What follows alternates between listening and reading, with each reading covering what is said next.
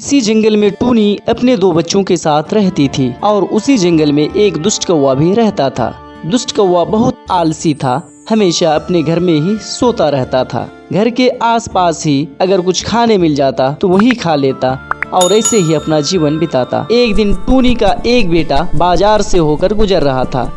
तभी ध्यान से देखा कि चील कुछ बेच रहा है। ये देखकर टूनी का बेटा नीचे आता है और चील से बोलता है, अंकल, ओ अंकल, आप ये सब क्या बेच रहे हैं? चील बोलता है, ये कटहल है, क्यों कभी नहीं देखा है क्या?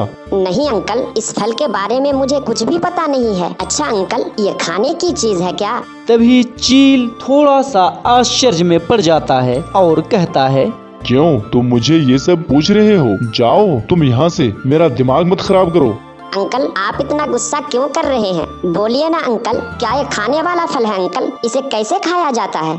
अरे यार, मैं किस मुसीबत में फंस गया हूँ। हाँ, इसे खाया जाता है। तुम क्या इसे खरीदोगे? अगर नहीं खरीदोगे तो जाओ, भागो यहाँ से, समय बर्बाद मत करो, और भी ग्राहक आएगा, मुझे कटहल बेचने दो। चील अंकल, मेरे पास तो पैसे नहीं है, मुझे एक कटहल देंगे अंकल? मैं मम्मा से पैसे लेकर आपको दे दूंगा। पैसे बिना तो मैं अपने बाप को भी नहीं दूंगा। जाओ, भागो यहाँ से, पैसे लेकर आना, तभी मैं दूंगा।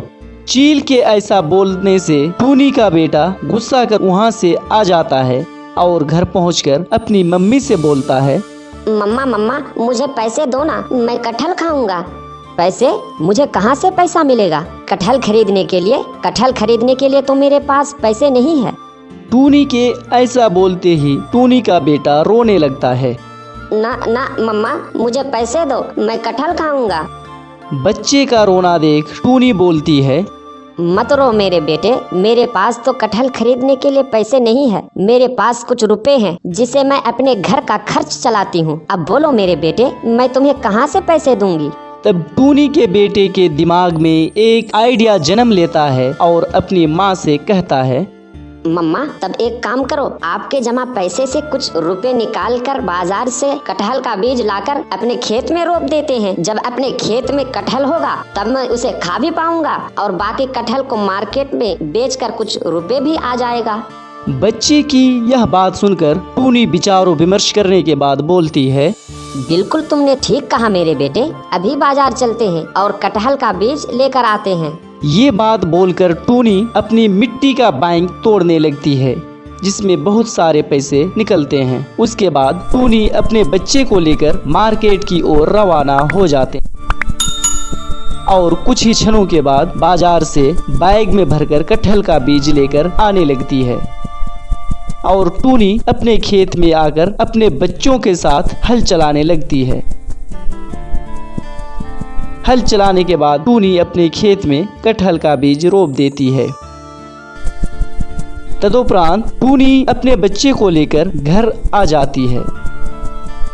एक दिन सुबह सुबह टूनी अपने बच्चे को लेकर जब खेत आती है तो यह देखकर बहुत खुश हो जाती है कि उसके खेत में तो अनेकों छोटे छोटे कटहल का पौधा उगाया है। उसके बाद वो इसे भी नियम अनुसार खेत में पानी डालते हैं। पानी डालने के बाद टूनी अपने बच्चे को लेकर अपने घर की ओर आने लगती है।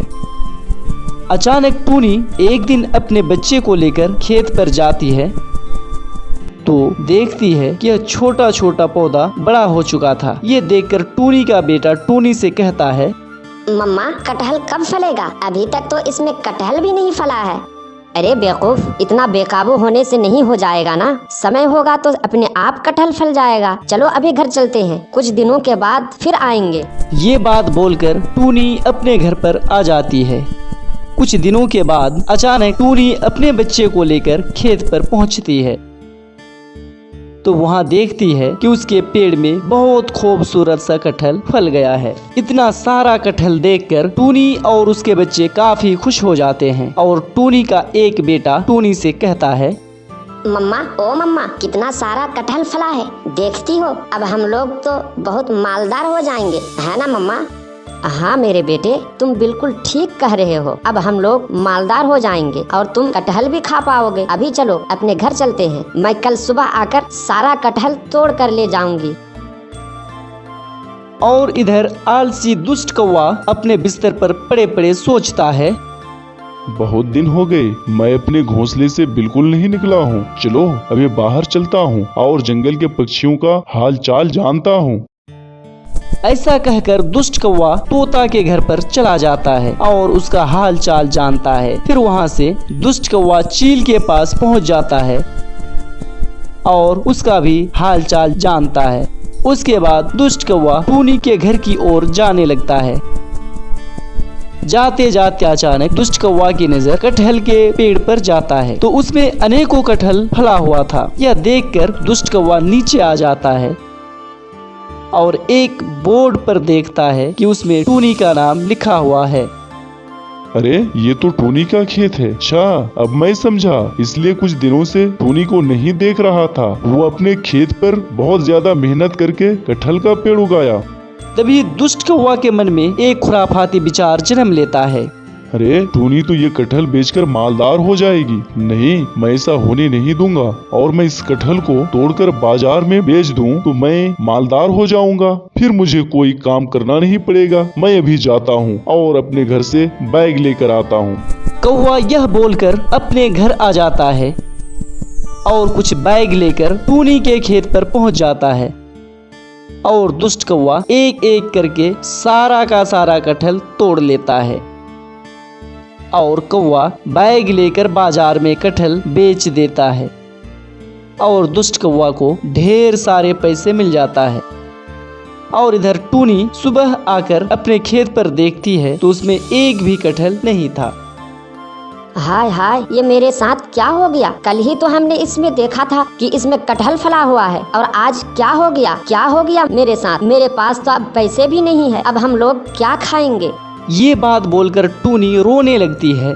तब टूनी का बेटा टूनी से कहता है, मम्मा, ओ मम्मा, आप मत रोइए मम्मा। हो सकता है दुष्ट कौवे आकर कटहल चुरा कर ले गया होगा। आप मत रोइए मम्मा। जो चोरी किया होगा ऊपर वाला उसे दंड जरूर देगा।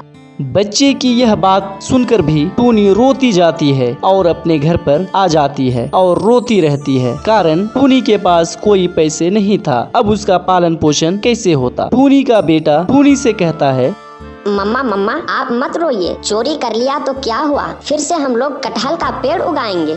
लेकिन पैसा कहाँ से मिलेगा मेरे बेटे कि हम लोग कटहल का पेड़ उगाएंगे?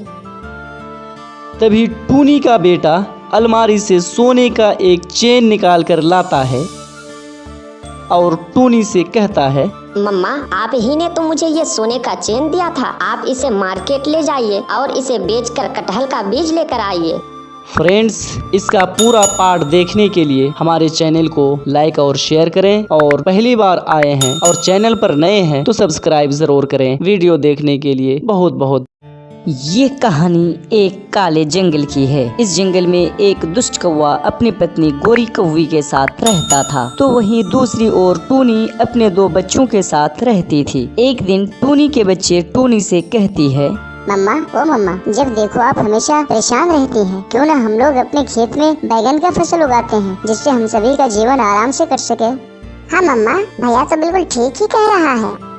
लेकिन पैसे कहाँ से मिलेंगे मेरे बेटे? और ऊपर से तुम्हारा खर्च, ये तो मुझसे नहीं हो पाएगा बेटा। ओहो, वो सब मेरे ऊपर छोड़ दो मम्मी, मैंने कुछ पैसे इकट्ठे कर रखे हैं। हाँ ठीक है मेरे बेटे, चलो बैगन का बीज लाकर रोप देते हैं, शायद इससे मेरी गरीबी दूर हो जाएगी। इतना कहकर टूनी अपने बच्चों के साथ मार्केट की ओर रवाना हो जाती है और मिट्ठू तोता से बैगन का बीज लेकर आता है और अपने खेत पर टूनी हल चलाती है और बैगन का बीज रोपकर अपने खेत में पानी डालती है और अपने घर आ जाती है। कुछ दिनों के बाद टूनी अपने बच्चों के साथ सुबह सुबह अपने खेत पर जाती है और टूनी गोलू कबूतर से कहती है, देखो गोलू, इस वर्ष अपने खेत पर कितना सुंदर बैगन फला है। अगर ऊपर वाले ने चाहा तो इसे बेचकर ढेर सारा पैसे कमाएंगे और मैं उन पैसों से सबसे पहले मैं अपने प्यारे प्यारे बेटे को पढ़ाऊंगी, वो भी इंग्लिश मीडियम स्कूल में, क्योंकि सरकारी स्कूल में तो पढ़ाकर कोई फायदा ही नहीं है, क्योंकि उसमें तो पढ़ाई होती ही नहीं है। हाँ हाँ, लगता है इस वर्ष तुम्हारा सारा सपना दूर हो जाएगा टोनी, क्योंकि सबों के फसल में कीड़ा लग गया है, लेकिन तुम्हारा बैगन तो बिल्कुल सुरक्षित है। दूसरे दिन सुबह टूनी बैगन तोड़ती है और फिर उसे टोकरी में भरकर मार्केट की ओर जाना चाहती है। तभी टूनी का बच्चा टूनी से कहता है, मम्मा आप मेरे लिए मिठाई लेते आइएगा। ठीक है मेरे बेटे। फिर टूनी बैगन का टोकरी लेकर मार्केट की मंडी की ओर चली जाती है। तो वहाँ पहुंचकर टूनी देखती है कि चारों तरफ सभी पक्षी बैगन ही बैगन बेच रही है। ये देखकर टूनी कहती है, अरे ये क्या, यहाँ तो चारों तरफ बैगन ही बैगन है और यहाँ इतनी सस्ती बैगन है कि मेरी मजदूरी भी नहीं निकल पाएगी। एक काम करती हूँ, मैं इस बैगन को लेकर घर चली जाती हूँ। फिर क्या था, टूनी बैगन से भरा टोकरी लेकर घर वापस आ जाती है। ये देखकर टूनी का बेटा टूनी से कहता है, अरे ये क्या मम्मी, आप तो बैगन वापस लेकर आ गई हैं और मेरे लिए मिठाई भी लेकर नहीं आई हैं। अब मैं क्या खाऊंगा मम्मा। इतना कहकर टूनी अपने बच्चों के साथ सो जाती है और इधर दुष्ट कौवा गोरी कौवी से कहता है, अरे गोरी सुनती हो, इस वर्ष तो सबों के बैगन में कीड़ा लग गया है। क्यों ना टूनी का बैगन चुरा कर लाता हूँ और उसे मार्केट में बेचकर मैं मालदार हो जाता हूँ। हा हा हा हा। इतना कहकर दुष्ट कौवा अपनी पत्नी के साथ टूनी के बैगन के खेत पर चला जाता है और उधर महाराज चील अपने सेनापति गिद्ध और सारस से कहता है, देखो मेरा बेटा बैगन का पराठा खाना चाहता है और तुम सभी तो जानते ही हो इस वर्ष सबों का बैगन कीड़ा खा गया है। सिर्फ टूनी का बैगन ही सुरक्षित है, इसलिए तुम दोनों जाओ और टूनी से बैगन लेकर आओ। जी महाराज, ठीक है, मैं अभी टूनी के पास जाता हूँ। इतना कहकर सेनापति सारस और गिद्ध टूनी के घर की ओर रवाना हो जाती है। आते आते रास्ते में देखता है कि टूनी के खेत का बैगन दुष्ट कौवा तोड़ रहा है। ये देखकर गिद्ध कहता है, अरे ये तो ईमानदार टोनी के बैगन का खेत है, लेकिन ये दुष्ट कौवा इसे क्यों तोड़ रहा है?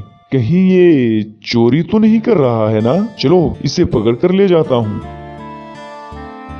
फिर वे दोनों दुष्ट कौवा को पकड़कर राजमहल की ओर ले जाने लगता है और राजभवन पहुंचकर सेनापति सारी बातें महाराज चील को बता देता है। ये सुनकर महाराज कहता है, क्या रे दुष्ट कौवे, अभी तक तुम सुधरे नहीं हो या फिर नहीं सुधरने का सुपारी ले रखे हो? नहीं महाराज, ये सेनापति झूठ बोल रहा है। चल चुप हो जा दुष्ट कौवे। सेनापति, जी महाराज। इसे पीट पीट कर इनकी हड्डी पसली एक कर दो और इसे 3 वर्षों के लिए कारागार में बंद कर दो। फिर सेनापति उसे पीटने लगता है और उसे कारागार में बंद कर देता है। देखा ना फ्रेंड्स, इस कहानी से हमें यही शिक्षा मिलती है कि बुराई का अंजाम बुरा ही होता है। फ्रेंड्स, इसी तरह की इंटरेस्टिंग स्टोरी सुनने के लिए आप हमारे चैनल को सब्सक्राइब जरूर करें, लाइक और शेयर करें। वीडियो देखने के लिए बहुत बहुत धन्यवाद।